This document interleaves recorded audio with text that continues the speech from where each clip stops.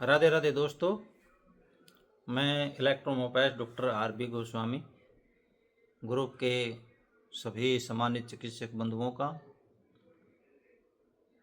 और जो हमारे यूट्यूब चैनल पर हैं उन सभी का तहे दिल से हार्दिक अभिनंदन करता हूं।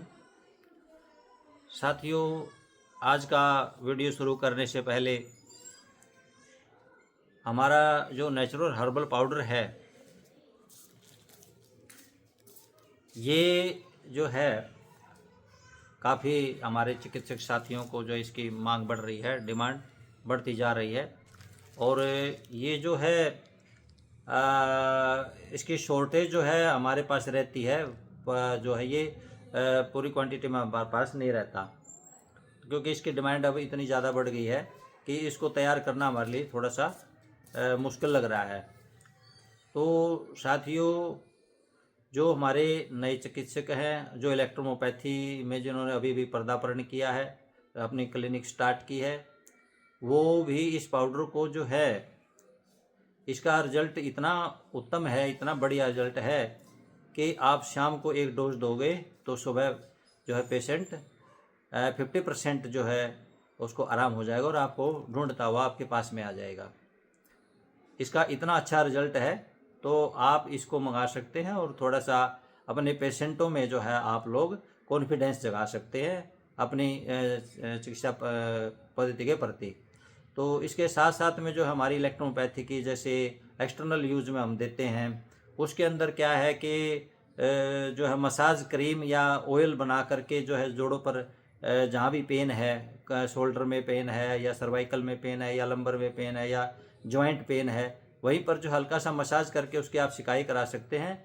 और साथ में अपने इलेक्ट्रोपैथी के साथ साथ में इस पाउडर का भी जो है एक डोज शाम को 1.5 ग्राम लगभग दवा जो है रोगी को आप दे दें तो अगले दिन ही जो है वो आपके पास जो हंसता हुआ आएगा और बोलेगा कि डॉक्टर साहब आपकी दवाई जो है एक खुराक में मुझे आराम हो गया।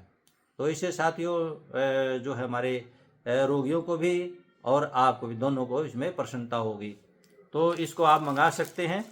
तो इसका मैंने पहले भी बताया है कि ये जो हमारा पाउडर है ये हमारी पेन मैनेजमेंट के ऊपर कार्य करता है।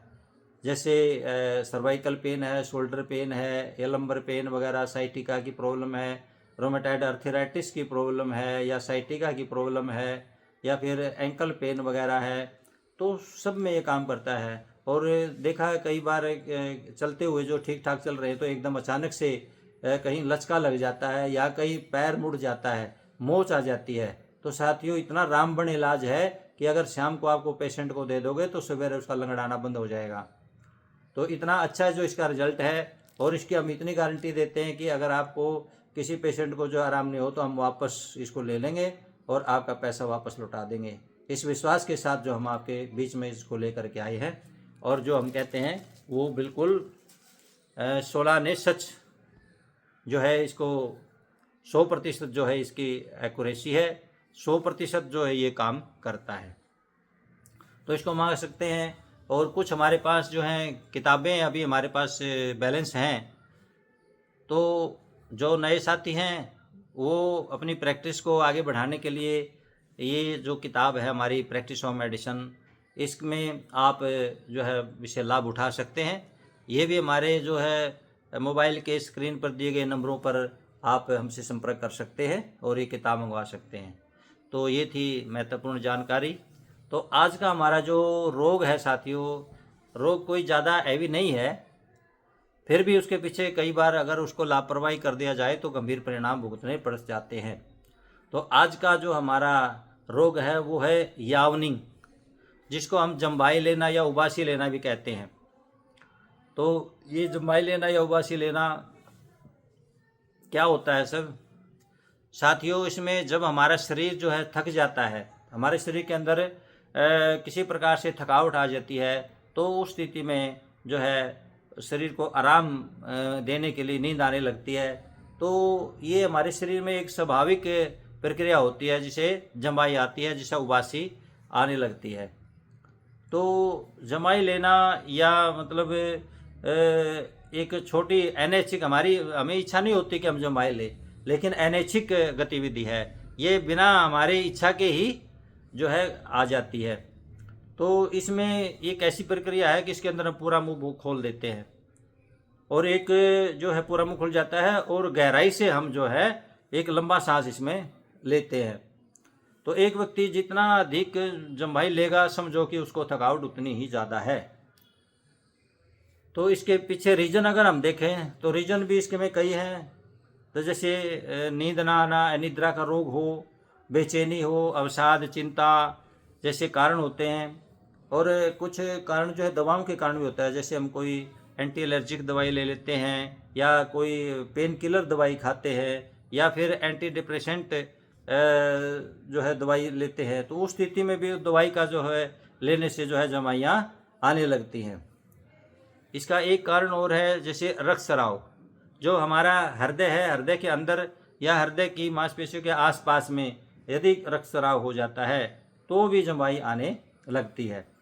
तो इसका एक और कारण है, जैसे हमारा शरीर जो है तापमान को नियंत्रित करने में असमर्थ हो जाता है, हमारी बॉडी का तापमान नियंत्रित नहीं कर पाता, उस स्थिति में भी जो है जमाई आने लगती है। तो इसके साथ साथ में जो है हमारी शरीर के अंदर एक वेगस नर्व होती है साथियों। जब वो ज़्यादा उत्तेजित हो जाती है तो जो हमारी हृदय की कार्य क्षमता है वो धीमी पड़ जाती है, जिसके कारण बीपी डाउन हो जाता है, बीपी गिर जाता है, बीपी लो हो जाता है, हाइपोटेंशन में आ जाता है, जिसके कारण भी जो है जम्भाई आने लगती है।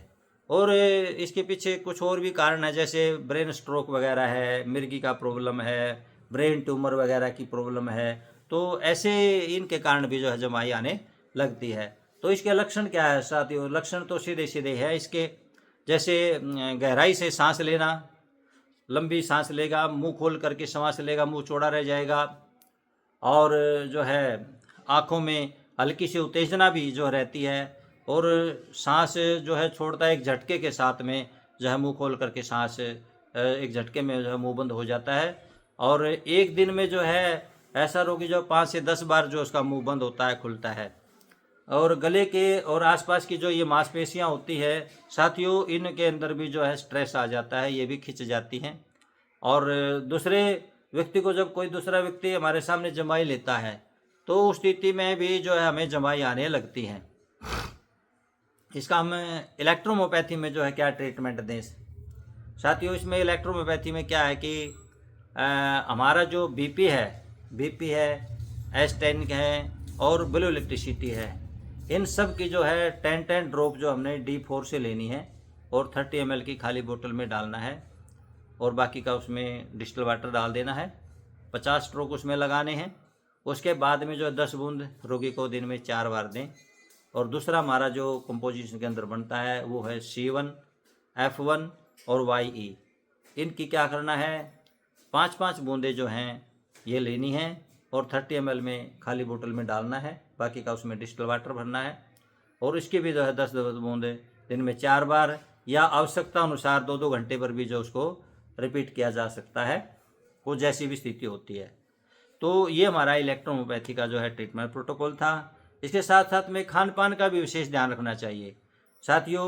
इसमें क्या है कि देखिए, बॉडी डिहाइड्रेट होती है, बॉडी में सूखपन आ जाता है तो भी जमाई आने लगती है। तो ऐसी स्थिति में सबसे पहले तो जो है ना, बॉडी में पानी की कमी नहीं होनी चाहिए। पानी भरपूर मात्रा में जो है पीना चाहिए, चाहे वो पानी हो या नारियल पानी हो या फिर फलों का रस वगैरह हो या फिर फल हों, रेशेदार फल है, जैसे संतरा है, नींबू है, आम है, पपीता वगैरह है, जैसे ऐसे फलों का जो है सेवन करने से जो विटामिन सी से युक्त होते हैं, ऐसे पदार्थों का सेवन करने से जो है इसमें जमाई आने में काफ़ी जो है हेल्प मिलती है। और इसके साथ साथ में जो है पोषक तत्वों की कमी से भी जो है ये जमाई आती है। तो पोषक तत्वों की कमी से बचने के लिए जो है स्वस्थ और संतुलित भोजन का भी जो है इसमें प्रयोग करना बहुत ज़रूरी हो जाता है। जैसे सूप है, स्मूदी वगैरह है, दही वगैरह है, मसले हुए आलू वगैरह है, या फिर नरम पके हुए फल जो हैं, ऐसे फलों का जो है ज़्यादा से ज़्यादा मात्रा में सेवन करना चाहिए। और अपथ्य में क्या है साथियों, भारी वस्तु, यानी कि जो खाने में बहुत जिसको जोर लगाना पड़ता हो, मेहनत लगानी पड़ती हो, चबाने में मेहनत करनी पड़ती हो, ऐसे फलों का ऐसे भोजन का, ऐसे खाद्य पदार्थों का सेवन बिल्कुल ना करें। शराब है, उसके अंदर मसालेदार ज़्यादा भोजन है, या फिर बीड़ी सिगरेट धूम्रपान वगैरह है, ऐसे पदार्थों का बिल्कुल भी जो है प्रयोग ना किया जाए। और क्योंकि ऐसे पदार्थ का ज़्यादा प्रयोग करने से ये बॉडी के अंदर खुश्की बढ़ा देते हैं, एसिडिक जो है सिचुएशन ज़्यादा बना देते हैं, वसायुक्त और एसिडिक बहुत ज़्यादा जो है ये खुश्की शरीर के अंदर लेकर आते हैं। तो ऐसे भोजन से जो है खाद्य पदार्थों से रोगी को बचना चाहिए।